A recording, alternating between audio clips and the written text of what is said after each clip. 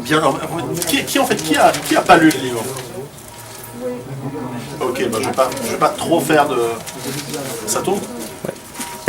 Super. Alors en fait, j'ai pas mal de vidéos sur internet ou des interviews où je parle du contenu du livre.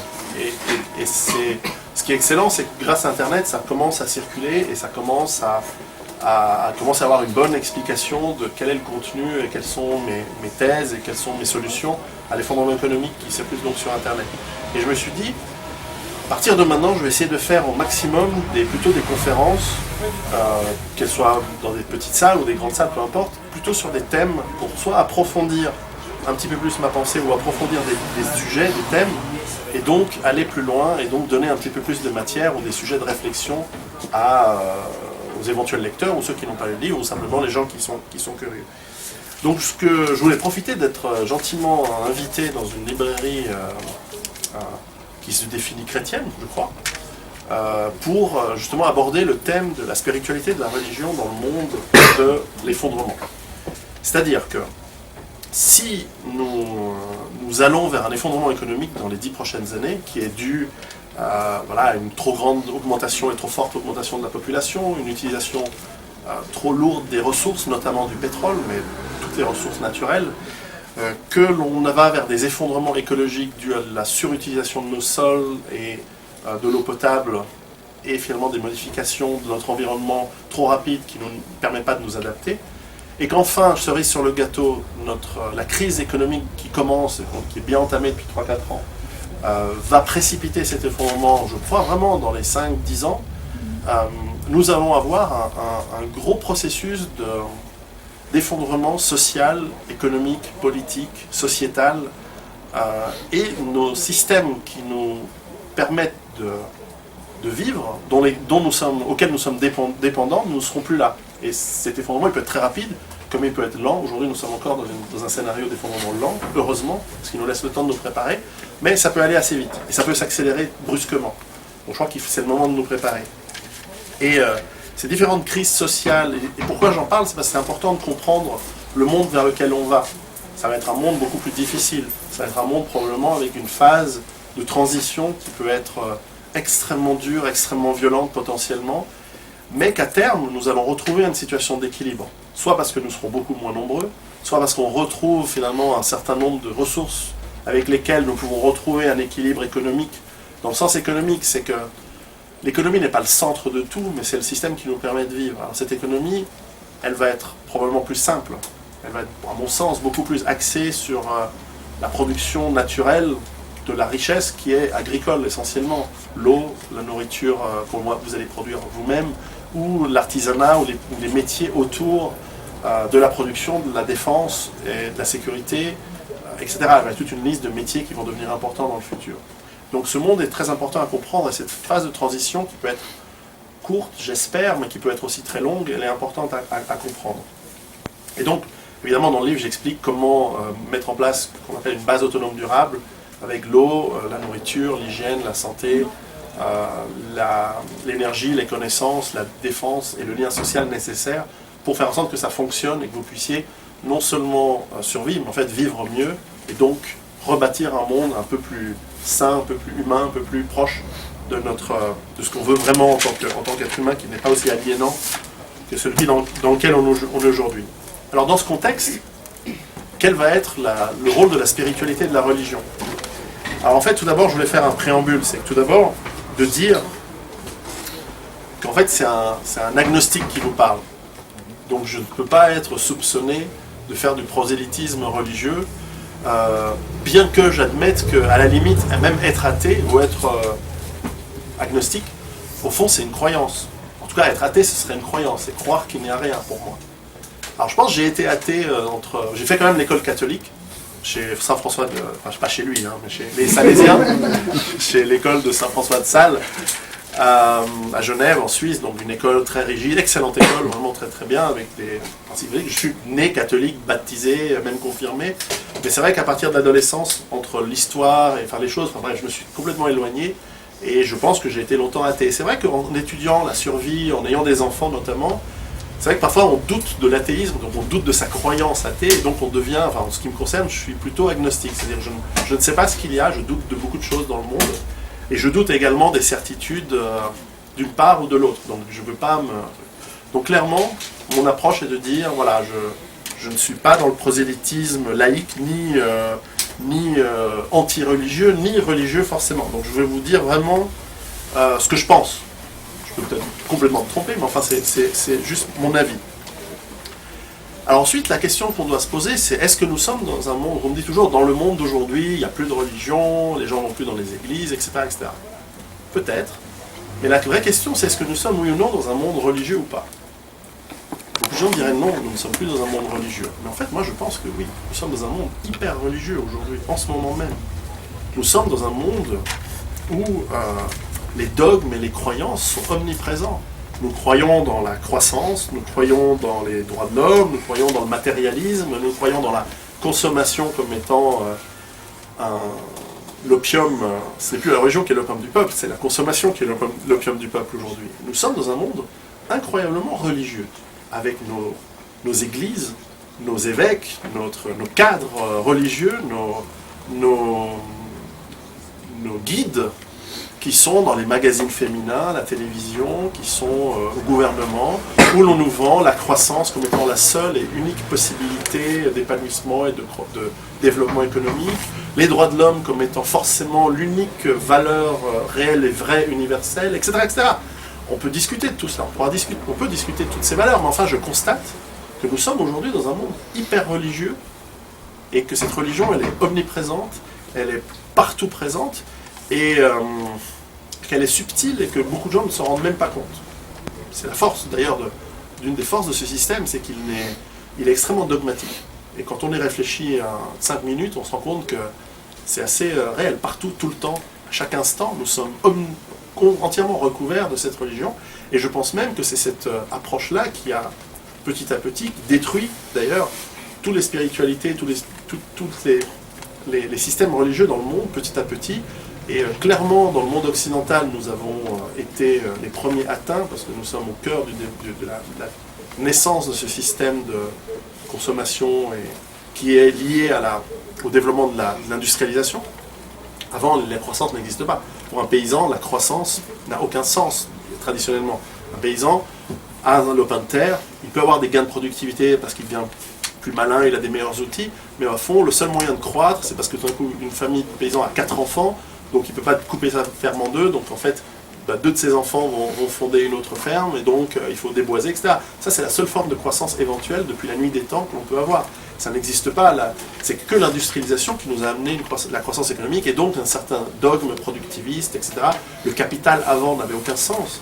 Là, il faut le rendre productif, et puis on a développé tout le système financier, bancaire. Vraiment, les 2 derniers siècles sont les siècles de la création d'une nouvelle religion, non dite et omniprésente.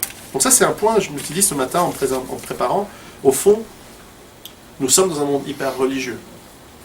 Maintenant, la question est, est-ce que cette religion, elle est naturelle?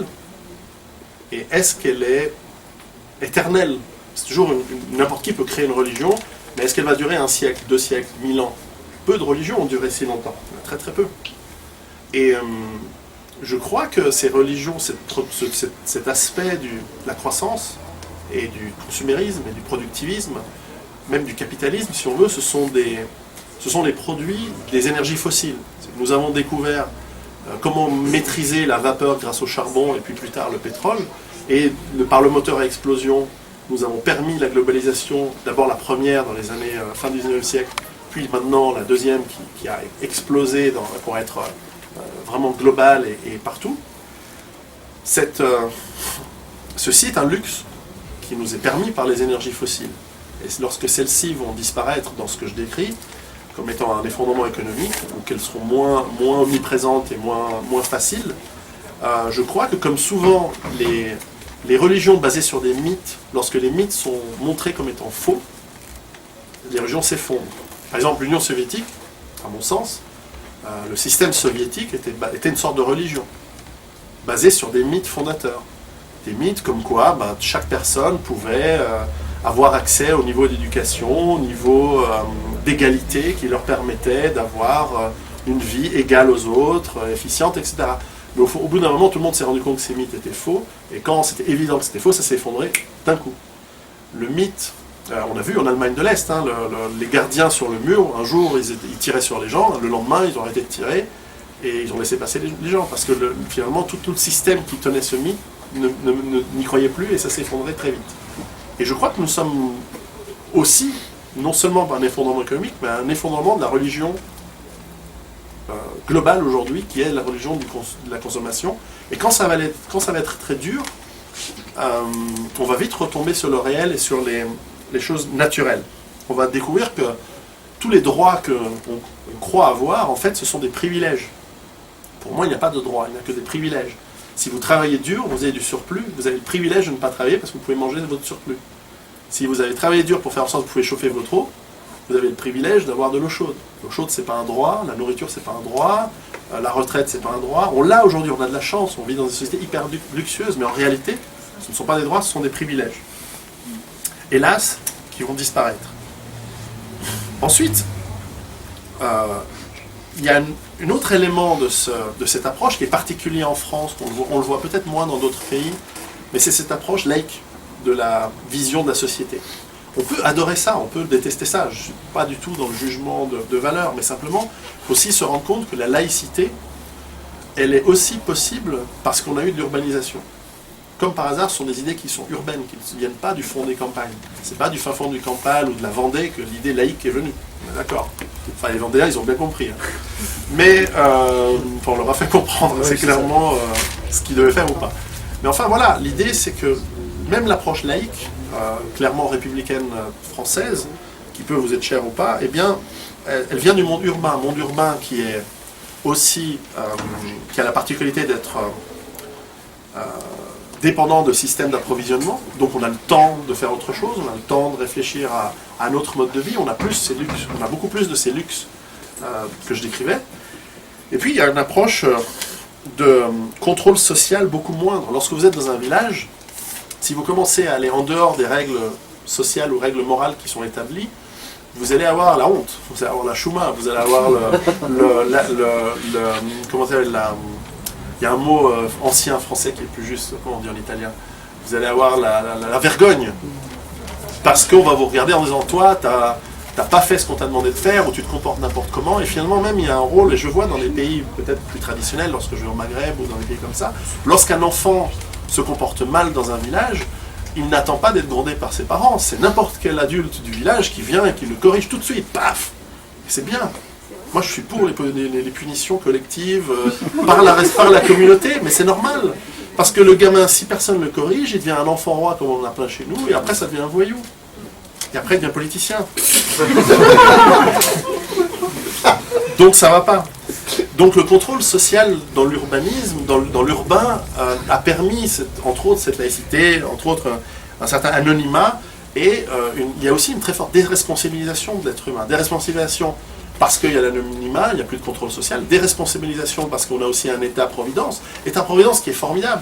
Jamais je vais dire, moi je suis un pur produit de cela. Je trouve que c'est extraordinaire que les gens ne meurent pas dans la rue. Je trouve que c'est extraordinaire que les handicapés puissent vivre, qu'on s'en occupe. Alors parfois les gens sont choqués, ils disent mais comment tu peux dire un truc comme ça? Mais va en Afrique, va en Indonésie, va dans des pays, au Vietnam, tu vas voir les handicapés comment ils vivent. Il n'y en a pas, il n'y en a pas. C'est trop lourd pour les ressources d'une société trop simple, trop petite. Donc ce luxe est extraordinaire. Moi je regrette vraiment sa disparition prochaine. Et donc, lorsqu'on va avoir cette crise, on va redécouvrir, d'une part par la souffrance physique que l'on va avoir, aller chercher son eau potable tous les jours, aller recueillir ses champs, devoir peut-être se défendre contre des agresseurs, des gens malhonnêtes et agressifs peut-être. Ce retour à la réalité, qui a été la réalité de toutes les générations qui nous ont précédés, au moins jusqu'en début du 1900, moi mes grands-parents, les histoires qu'ils me racontaient quand j'étais petit, c'est des histoires difficiles de vie dans la campagne, où on n'avait pas le crédit, on n'avait pas le supermarché, il fallait faire vraiment les choses par soi-même, ou alors avec le lien justement, ce lien social très important entre les gens. Eh bien, cette vie difficile, elle va nous obliger à nous organiser en en groupe qui vont devoir ritualiser ce qui marche. Et lorsqu'on ritualise ce qui fonctionne, probablement on retrouve des techniques, des réflexes, je dirais plutôt, qui tendent à faire en sorte que tous ces rituels, tous les cycles naturels, tous les comportements humains, ils vont devoir être codifiés. On va devoir leur donner un sens et une raison. Et depuis la nuit des temps, en fait, c'est ce que font les religions. Les religions, elles donnent un sens à la vie, à la mort. Lorsqu'on a j'imagine, j'espère que évidemment ce serait la pire des choses, mais j'imagine un de mes enfants qui devrait mourir. C'est une des pires des choses qui doit arriver dans la vie. Le grand-père qui meurt, c'est dans l'ordre naturel. Un enfant qui meurt, c'est terrible. Il faut bien s'imaginer qu'avant le 19e siècle, c'est 50% des enfants qui mouraient avant l'âge de 7 ans. Et donc, on a besoin, on a ce rappel, hélas, dans sa vie, d'avoir les choses ceux que l'on aime le plus qui meurent. C'est des éléments qui nous donnent l'obligation de donner un sens. Pourquoi et puis codifier, transcender les cycles naturels. Qu'est-ce qui nous garantit qu'après l'hiver vient le printemps? Dieu, toujours. Dans les sociétés agricoles, ça a toujours été les divinités qui nous garantissent des cycles immuables de la nature.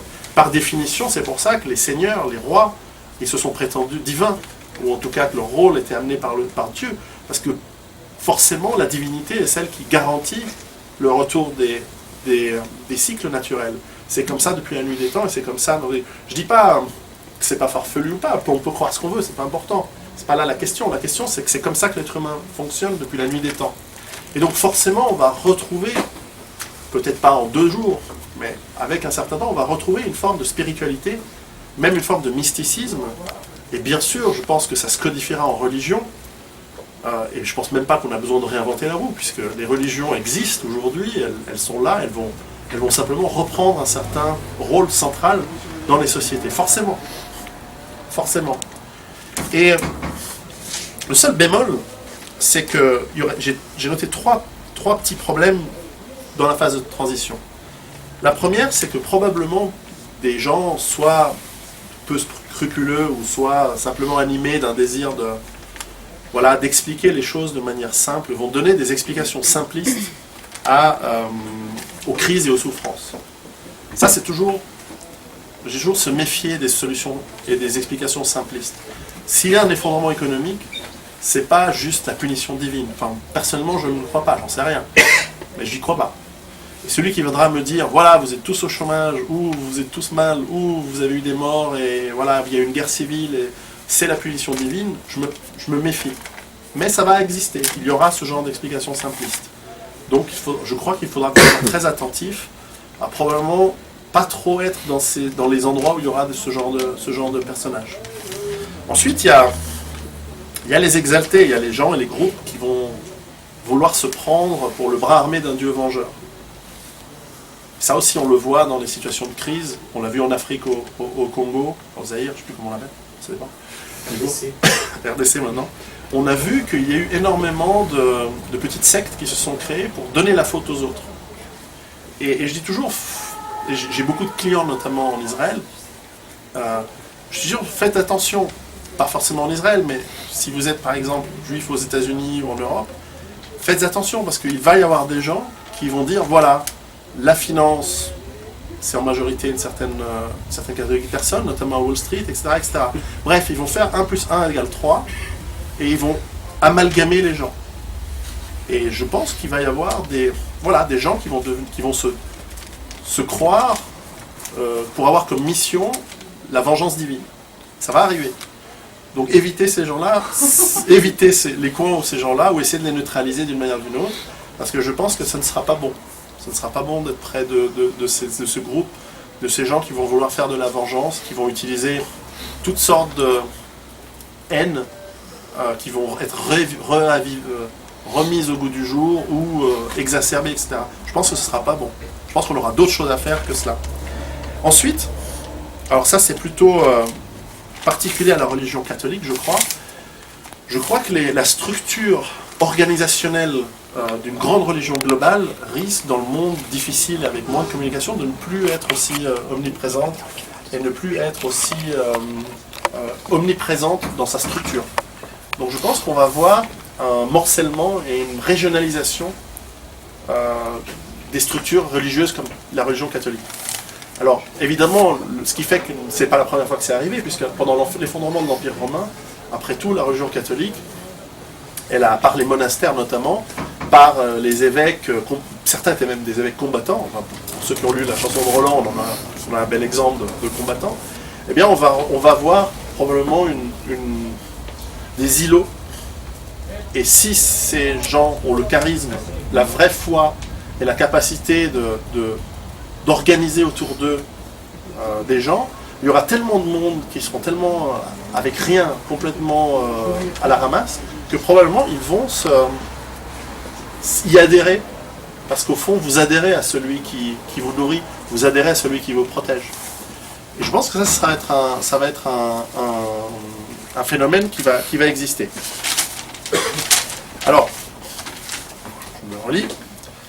Je pense que donc justement, on va retrouver aussi un retour à la spiritualité naturelle. Donc, j'en parlais, transcender le rythme naturel et encadrer les rituels liés à la nature. Ça, on va retrouver.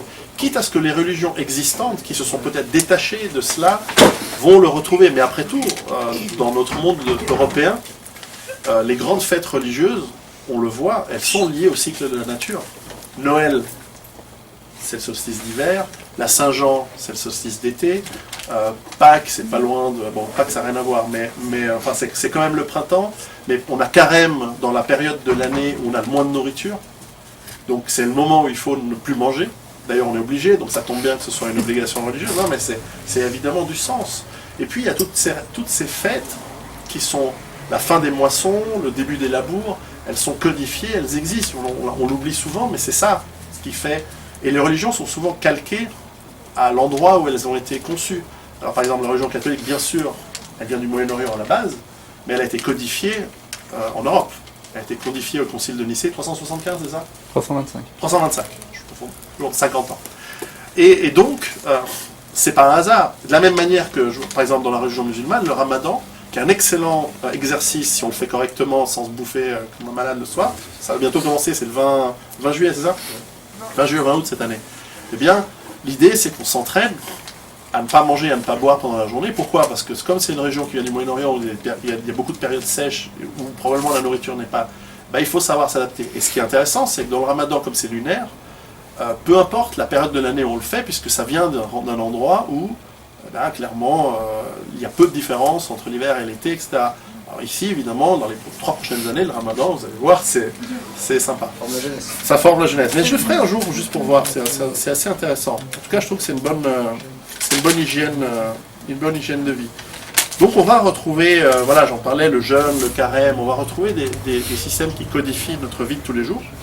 Alors, je pense qu'aussi, il y a un facteur qui va amplifier ou pas le retour des religions, parce que c'est clair, il va y avoir donc ce retour du religieux, ce retour de la spiritualité, c'est évident. D'abord, je pense qu'il va y avoir un réenchantement du monde. Ça, c'est quelque chose d'extraordinairement bien qui va se passer. C'est que parce qu'on va redécouvrir nos mythes, on va redécouvrir nos légendes fondatrices, on va redécouvrir ce qui rend le monde beau et enchanteur. Parce que forcément, la vie de tous les jours, elle est peut-être pas belle. Mais on va redécouvrir les histoires, des légendes de la forêt, du ruisseau, un peu à la japonaise, où ils ont 1 million de kami, de petits dieux, sans forcément aller dans cet aspect-là polythéiste, mais je pense qu'on va redécouvrir les histoires de dragons, de légendes, de djinns, de peu importe votre culture, mais on va redécouvrir ça. Je pense qu'on va re-enchanter, on va redécouvrir des mondes merveilleux, on va recréer une sorte de mythologie. Après tout, moi je suis né catholique à la base, après tout dans le catholicisme on a beaucoup de mythologie. Saint Georges a tué le dragon, Saint Pierre il a fait ci, cela, etc. Saint Dominique, etc. Il y a énormément d'histoires qu'aujourd'hui on oublie, mais que nos grands-parents connaissaient parfaitement. Ils connaissaient l'histoire des saints majeurs, bien sûr. Allez à Naples aujourd'hui, et vous allez voir comme, la déité, c'est presque une déité mineure, mais c'est San Gennaro, par exemple. Allez dans d'autres endroits, et il y a le saint patron de la ville, c'est pas rien, on l'insulte pas, on va dans son église une fois par an, il y a sa fête, c'est presque polythéisme. C'est pas par hasard que la religion catholique s'est si bien implantée en Europe, et qui a repris le dessus, parce que le terreau était mûr par le polythéisme qui existait avant, étaient mûrs pour accepter quelque chose qui s'est calqué dessus très très bien, en tout cas historiquement. Ensuite, doctrinalement et théologiquement, je veux bien qu'on puisse avoir une autre approche, mais clairement, il y a une approche qui fonctionne très très bien. Et donc cette culture, elle est importante parce que la question va se poser, c'est, aujourd'hui nous sommes dans des mondes, en Occident, clairement multi-religieux, avec plein de religions qui vivent côte à côte. Est-ce que la bonne entente va continuer ou pas? Ça, c'est un grand point d'interrogation. Je pense que les petites religions, elles vont être soit disparaître très rapidement, soit être phagocytées, typiquement le bouddhisme, qui en nombre est petite, ou qui est plus une philosophie de vie. Je pense qu'elles vont soit être phagocytées, ou ça va rester une hygiène de vie personnelle, mais elles vont être très vite mises à être moins importantes. Ensuite, il reste les grandes religions. L'islam, alors là aussi, la question qui se pose, c'est, comme dans chaque religion, il y a des choses qui marchent très très bien. Et pour le peu que je connais de l'islam dans mes voyages, c'est clairement, il y a un aspect discipline quotidienne qui est excellent. C'est-à-dire que c'est une religion qui encadre au quotidien ce que vous devez faire, notamment par exemple pour l'hygiène. Et donc c'est quelque chose qui va être forcément un élément positif pour les gens qui sont musulmans et qui la pratiqueront dans un monde qui est difficile. Parce que tout d'un coup, ça va encadrer de manière très précise ce que l'on doit faire dans la journée. Et puis le Coran, pour ceux qui l'ont lu, c'est un... Je parle en tant que matérialiste, donc ne vous sentez pas insulté, mais le Coran est un guide, est un manuel où il y a tout. Il y a des guides de vie pour tout, pour pratiquement toutes les approches. D'ailleurs, c'est très intéressant que ce soit écrit sans que ce soit chronologique, c'est la plus longue sourate à la plus courte. Mais l'idée, c'est que voilà, en fonction de ce que vous avez besoin, si vous avez besoin d'expliquer des choses aux gens, vous allez choisir la sourate qui dit la bonne chose et vous l'expliquer. Il y a des sourates extrêmement agressives, des sourates extrêmement pacifistes. Bref, vous pouvez adapter en prenant le livre qui est censé être la parole divine pour le contexte donné. C'est un outil extraordinairement utile. Donc je dis ça à mes amis musulmans, vous avez un outil très adapté aux différents scénarios qui peuvent arriver. Ensuite, la question c'est que oui, forcément les musulmans sont... la population de foi musulmane est minoritaire en France. Est-ce qu'elle sera capable de s'organiser, en Europe en général, est-ce qu'elle sera capable de s'organiser pour être en bonne entente et finalement montrer qu'il y a une capacité de vie parfaite avec les autres communautés qui vont elles aussi redevenir plus religieuses. Bon, moi évidemment je l'espère, c'est pour ça que j'aime bien le combat et le message d'égalité-réconciliation notamment, où on a dit, non, on va essayer de réconcilier les tensions qui existent et faire en sorte que voilà, les gens qui se sentent français, ils aient cette identité qui fait qu'on ne va pas se battre entre nous, mais au maximum on va essayer de s'entendre. Donc évidemment ça, j'y crois et c'est important. Alors, ensuite il y a le catholicisme. Alors le catholicisme, je crois, a un immense avantage, c'est qu'il y a encore une structure de cadres, de prêtres, donc de pasteurs, c'est le protestant, des prêtres, de curés, de prêtres, à travers le territoire, qui ont une doctrine à peu près commune, avec des variantes, mais essentiellement, il y a une approche relativement commune, et le message du fond est clairement fixe, est clairement donné. Donc je pense que ça peut donner une structure où, malgré le manque de communication entre, je sais pas, la campagne de Bordeaux et la campagne de Lille, peut-être que voilà, les gens vont se retrouver avec les mêmes principes, puisque fondamentalement, la France est un pays catholique depuis des millénaires. Enfin, depuis 2 millénaires. Donc, il y a une approche qui va être structurante et très... qui va créer le ciment qui peut tenir des communautés ensemble, qui ne se connaissent pas, qui ne communiquent pas, pour qu'ensuite, lorsque les réseaux se remettront en place, les réseaux de communication, eh bien, ils se retrouvent avec les mêmes expériences, etc. Donc je pense qu'il y a un élément très important. Et je crois aussi, alors là aussi c'est un vœu pieux, mais je pense qu'il y a beaucoup de points communs entre le catholicisme et l'islam, que fondamentalement, je pense qu'il y aura moyen de vivre ensemble. D'autant que les épreuves qui auront été traversées par les communautés et par les gens qui auront traversé la période de chaos vont rendre les différences religieuses finalement des détails. Et que fondamentalement, ce sera l'épreuve commune qui fait qu'on a une identité commune. Et c'est comme ça qu'on peut créer des sociétés multireligieuses, multiethniques. Ce n'est pas simplement par décret, par l'État, etc. Alors ensuite, le protestantisme, alors là aussi, c'est comme parce qu'on parle et l'évangélisme en général, on parle de interprétation des textes aussi. Je crois que là, il y a un avantage, c'est que beaucoup de l'eschatologie, on va dire, mais même certains textes qui sont très étudiés par les mouvances protestantes, eh bien, elles parlent de fin des temps. Elles parlent de... Alors, est-ce qu'on prend ça littéralement? Elles parlent de fin du monde. Mais est-ce que c'est littéral ou c'est des fins de cycle? Et donc, généralement, on trouve que les communautés protestantes, et j'ai beaucoup de lecteurs qui me contactent là-dessus, d'ailleurs, par exemple, les Mormons, l'église Jésus-Christ des sept derniers jours, des derniers jours, eh bien, que j'ai interviewé pour mon livre, eh bien, c'est des gens qui sont prêts. Ou en tout cas, ils se préparent. Ils ont des stocks de nourriture, ils ont leur centre de mise en conserve communautaire entre eux, etc. Et d'ailleurs, certains m'ont surpris en me disant, vous savez, on aime bien ce que vous écrivez dans votre livre, parce qu'au fond, vous ne faites pas partie de notre communauté, bien sûr, mais en même temps, voilà, nous on pense qu'il y aura les gens qui vont se sauver, c'est pas que nous. Ce sera aussi les gens qui suivent certains modes de vie, certaines rigueurs morales, etc. Bon, on peut ou ne pas aimer, mais en tout cas, certainement, la préparation est clé dans leur approche. Et parce que, voilà, ils préconisent 1 an de nourriture en stock chez soi, au cas où. C'est intéressant. Donc il y a déjà une approche du protestantisme qui est intéressante. Et ensuite, religion mineure, enfin en nombre en tout cas, clairement le judaïsme. Alors le judaïsme a cet avantage d'être évidemment hyper résilient. Alors je ne sais pas si les personnes de confession juive aujourd'hui ont toujours en tout cas en Israël c'est clair. Je ne sais pas ailleurs dans entre guillemets la diaspora s'il y a cette approche de toujours s'en sortir mieux et d'être capable même parfois de courber l'échine pendant que ça se passe et de s'en sortir. Je ne sais pas.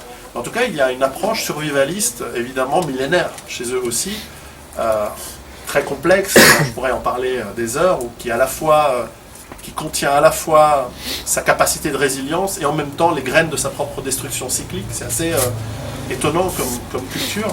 Mais enfin, je pense que le judaïsme va clairement être tellement minoritaire et probablement dans certains cas accusé à tort, à mon sens, de certains des mots qui nous arrivent, qu'il va être probablement ostracisé et subir des problèmes. Donc, chers amis, venez me voir parce que je peux vous aider.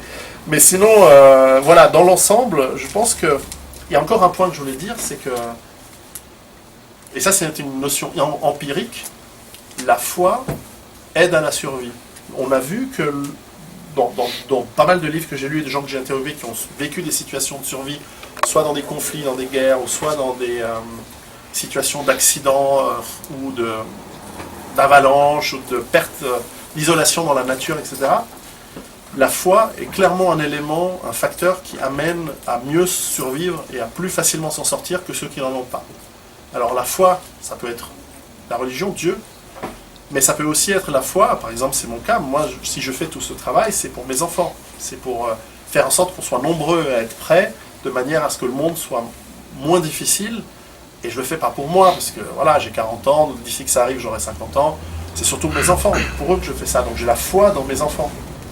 Et cette foi, elle est fondamentale, et elle ne se décrète pas, je ne crois pas qu'on puisse avoir, on peut dire, voilà, je choisis d'avoir la foi, alors peut-être que dogmatiquement c'est possible, j'en sais rien, mais je ne crois pas qu'on puisse décider d'avoir la foi. Moi, la mienne, c'est d'offrir une vie meilleure à mes enfants. Pour d'autres, ça peut être aussi le guide, Dieu, etc. Mais clairement, c'est un élément, un facteur déterminant dans la survie. C'est vraiment il n'y a pas photo. Ceux qui ont la foi s'en sortent statistiquement beaucoup mieux que ceux qui n'en ont pas. Voilà, c'est empirique, c'est une donnée dans les naufrages, on se raccroche plus loin, on abandonne moins, on se donne, il y a plus d'espoir, etc. Donc voilà. Donc pour moi, cette approche de la spiritualité et de la religion, c'est que, qu'on le veuille ou non, elle va être beaucoup plus présente dans le monde de l'effondrement et va être déterminante dans notre capacité à mieux nous en sortir et de se reconstruire, de se réassembler avec des identités communes dans le monde qu'il va falloir reconstruire de demain. Voilà, c'était juste les petits thèmes que je voulais faire aujourd'hui. Merci. Merci.